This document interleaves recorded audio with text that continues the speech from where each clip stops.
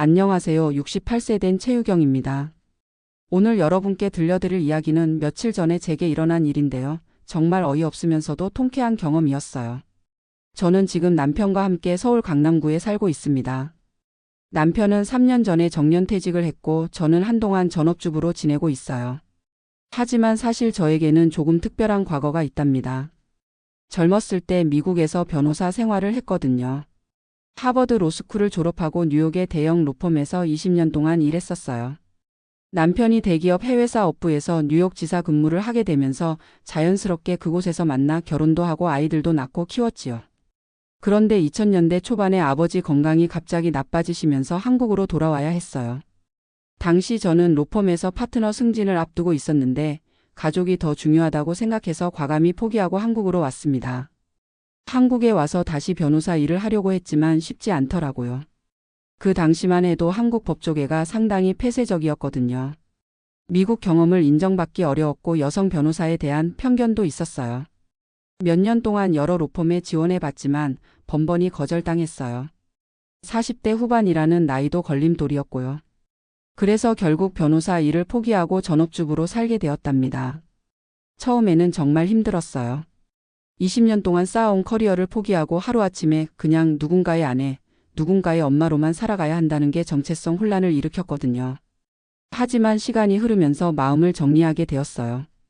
가족이 있고 건강하고 경제적으로 큰 어려움이 없으니 감사한 일이라고 생각하게 되었죠. 그래서 요즘에는 자원봉사 활동을 하고 있어요.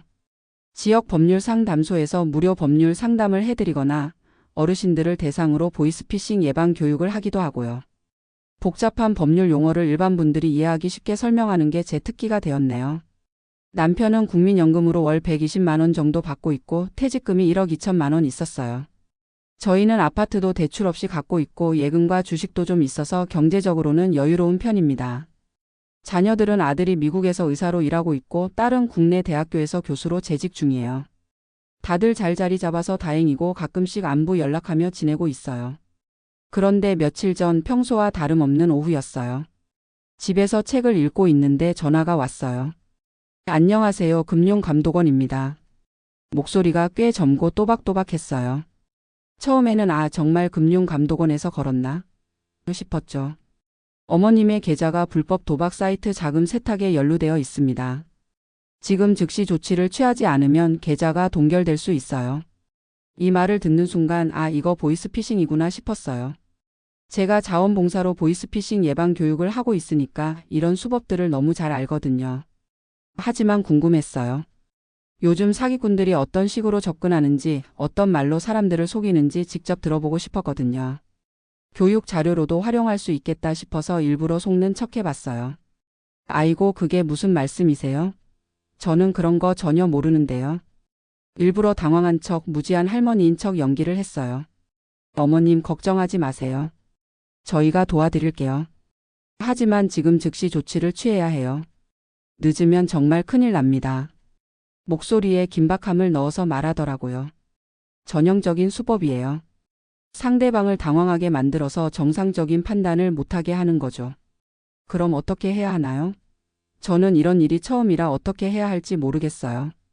지금 바로 은행에 가셔서 계좌에 모든 돈을 인출하세요. 그리고 안전한 계좌로 옮겨야 해요. 점점 본격적으로 들어오네요. 전화 너머로 키보드 소리도 들리고 다른 사람들의 목소리도 희미하게 들렸어요. 아마 조직적으로 하는 것 같더라고요. 얼마나 인출해야 하나요? 모든 돈이요?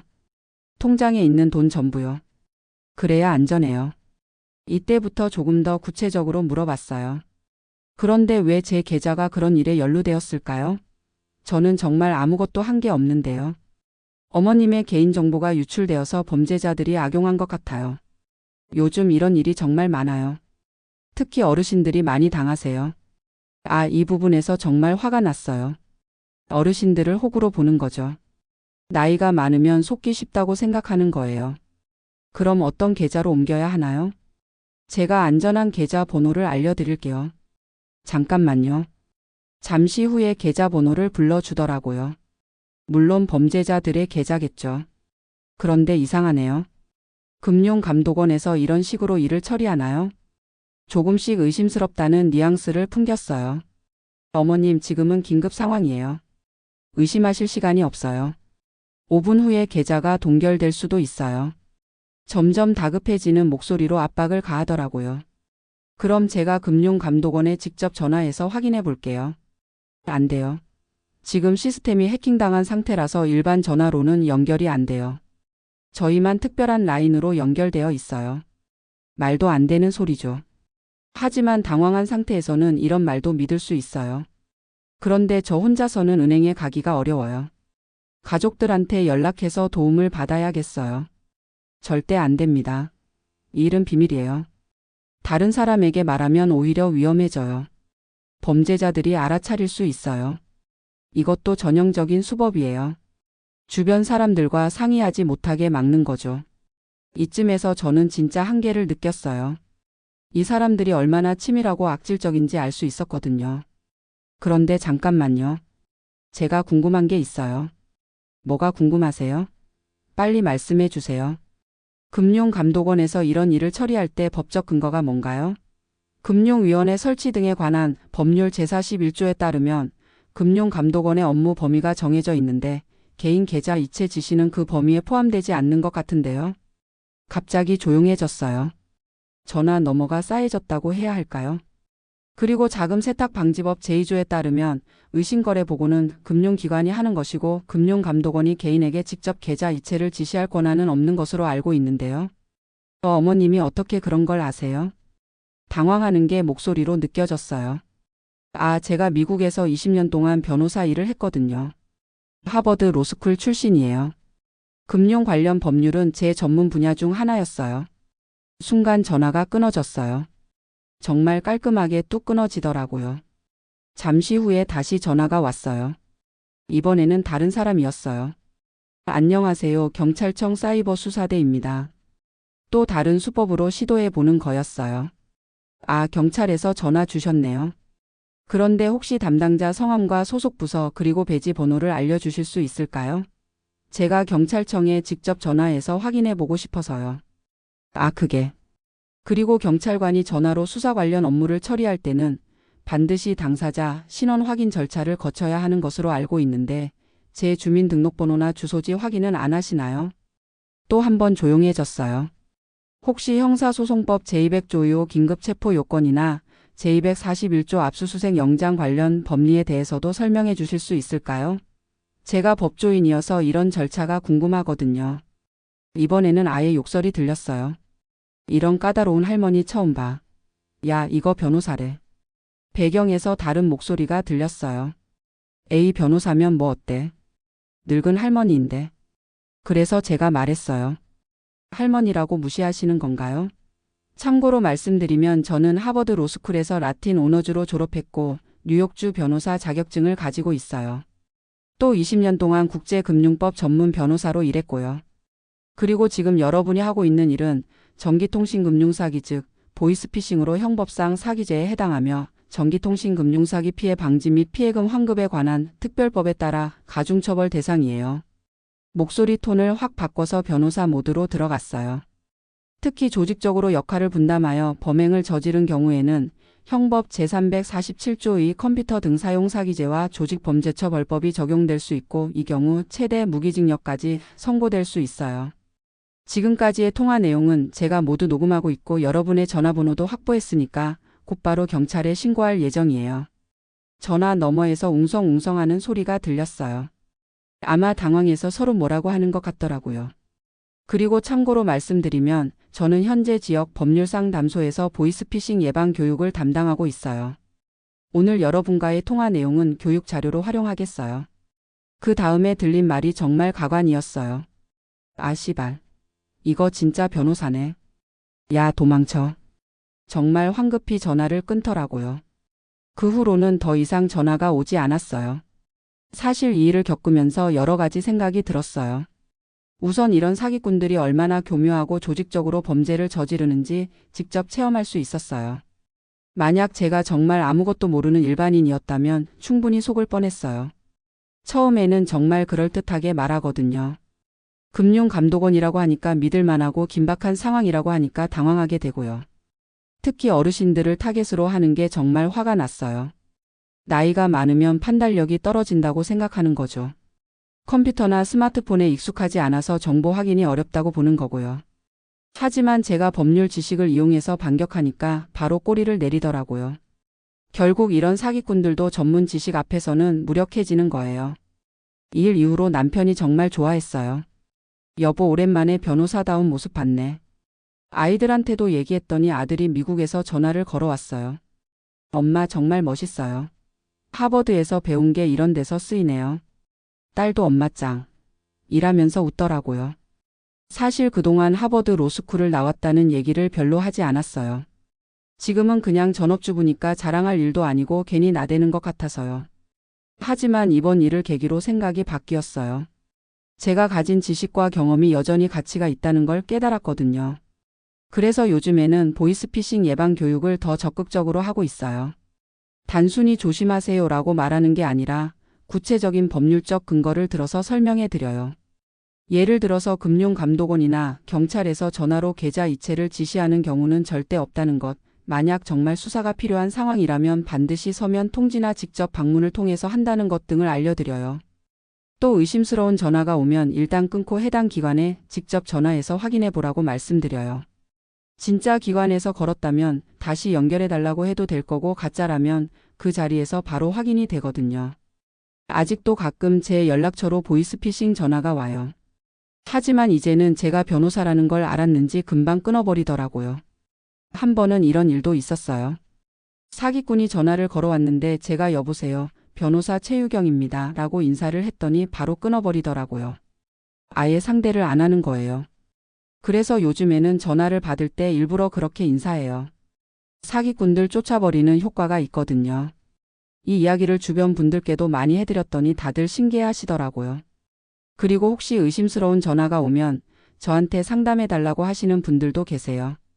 얼마 전에는 아파트 경비실 아저씨가 저한테 와서 최 선생님, 어제 이상한 전화가 왔는데 한번 들어봐 주실 수 있을까요? 라고 하시더라고요. 들어보니 전형적인 메신저 피싱이었어요.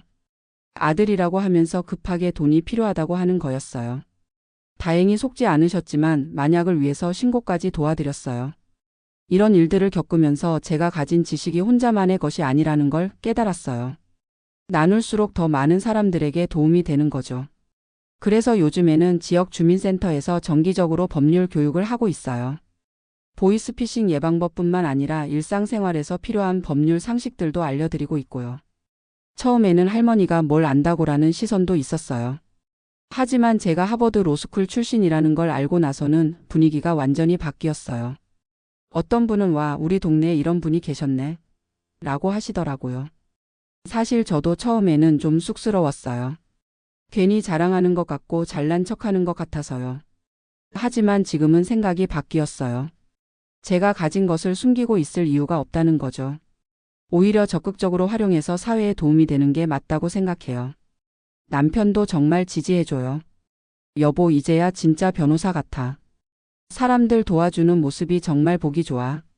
아이들도 자랑스러워해요. 특히 딸이 엄마가 이런 활동하는 걸 보니까 나도 더 열심히 살아야겠다는 생각이 들어라고 하더라고요. 요즘에는 다른 전문직 은퇴자 분들과도 연결이 되어서 함께 봉사활동을 하고 있어요.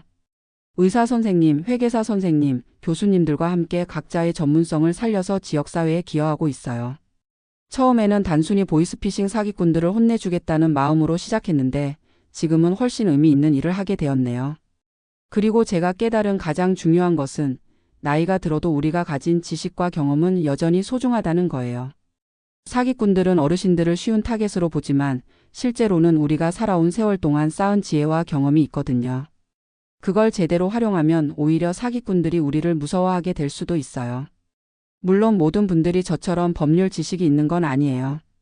하지만 각자 자신만의 전문성과 경험이 있잖아요. 그걸 나누고 공유하면 서로를 보호할 수 있어요. 예를 들어서 은행에서 오래 일하신 분은 금융 사기를 구별하는 능력이 있을 거고, 교육 분야에서 일하신 분은 사람을 판단하는 눈이 있을 거예요. 중요한 건 자신감을 갖는 거예요. 나이가 들었다고 해서 아무것도 모르는 게 아니거든요. 오히려 더 많이 알고 더 많이 경험한 거예요. 그래서 혹시 의심스러운 전화가 오시면 당황하지 마시고 차근차근 생각해 보세요. 그리고 주변에 믿을 만한 사람이 있으면 상의해 보시고요. 또 하나 말씀드리고 싶은 건 가족들과 평소에 이런 이야기를 나누는 게 좋다는 거예요. 사기 수법들이 어떤 것들이 있는지, 만약 이상한 전화가 오면 어떻게 대처할 것인지 미리 얘기해 두시면 실제 상황에서 도움이 돼요. 저희 집도 이번 일 이후로 이런 대화를 더 자주 하게 되었어요. 특히 남편이 나도 이상한 전화 오면 여보한테 바꿔줄래라고 하더라고요. 마지막으로 여러분께 말씀드리고 싶은 건 절대 혼자 해결하려고 하지 마시라는 거예요. 사기꾼들은 바로 그걸 노리거든요. 혼자 있을 때, 당황한 상태일 때 접근해서 정상적인 판단을 못하게 만드는 거예요. 하지만 누군가와 함께 이야기하고 함께 생각하면 사기인지 아닌지 금방 알 수 있어요. 그리고 설령 실수로 속았다고 해도 너무 자책하지 마세요. 요즘 사기꾼들이 정말 교묘하거든요. 젊은 사람들도 많이 속고 있어요. 중요한 건 빨리 신고하고 피해를 최소화하는 거예요. 저는 이번 일을 계기로 제 인생이 또 다른 전환점을 맞았다고 생각해요. 그동안 집에만 있으면서 가끔 우울하기도 했는데 이제는 매일이 보람 있어요. 사람들에게 도움이 되는 일을 하고 있다는 생각이 들어서 정말 행복해요. 하버드에서 배운 것들이 이런 식으로 활용될 줄은 상상도 못했거든요. 그때는 돈을 많이 벌고 유명해지는 게 성공이라고 생각했는데 지금은 누군가에게 도움이 되는 게 진짜 성공이라는 걸 깨달았어요. 앞으로도 계속 이런 활동을 하면서 살고 싶어요. 제가 가진 지식과 경험을 더 많은 분들과 나누고 싶고요.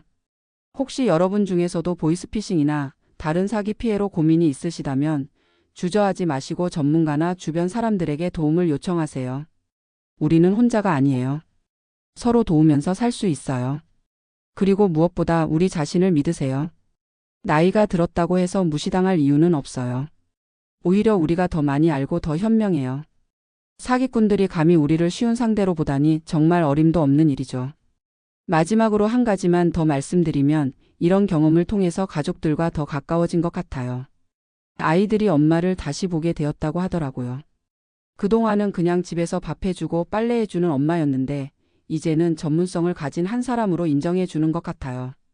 남편도 결혼할 때 변호사와 결혼한 건데 그걸 깜빡하고 있었네라고 하면서 웃더라고요. 어떻게 보면 저에게는 또 다른 인생의 시작인 것 같아요. 60대 후반에 새로운 역할을 찾게 되었으니까요. 여러분도 절대 포기하지 마세요. 언제든지 새로운 시작이 가능해요. 나이는 숫자에 불과하고 정말 중요한 건 우리가 가진 마음과 의지예요. 사기꾼들아 함부로 어르신들을 우습게 보지 마라. 우리한테는 세월의 지혜가 있다. 이상 최유경이었습니다. 감사합니다.